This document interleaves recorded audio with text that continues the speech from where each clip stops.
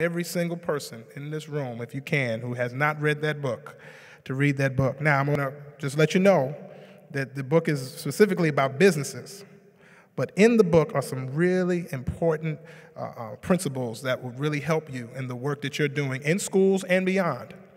And so our session is going to be revolving around how do we make our schools from good to great? How do we make our organizations move from being good organizations to great organizations? How do we make our families move from being good to great?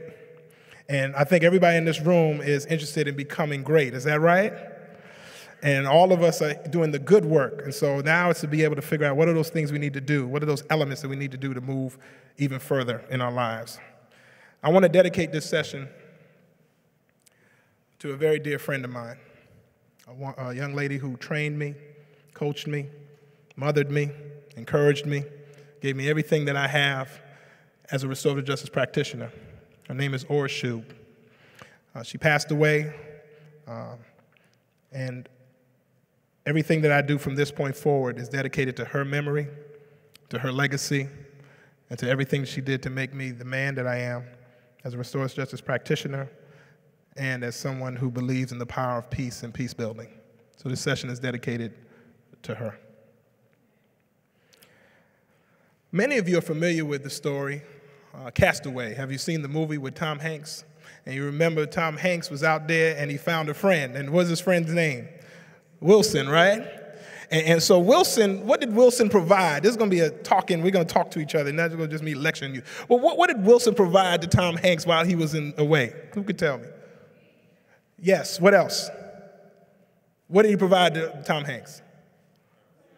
Conversation, someone to talk to. Anybody else?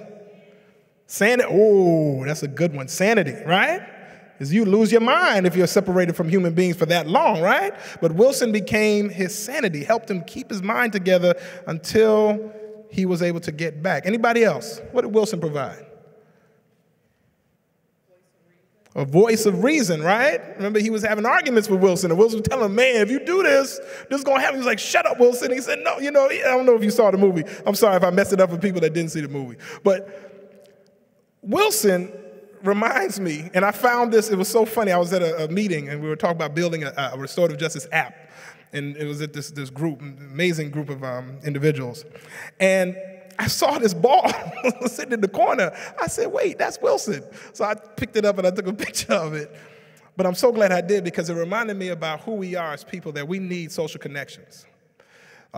When you watch Castaway, you'll realize what happened to Wilson. I don't want to mess it up for those that didn't see Castaway.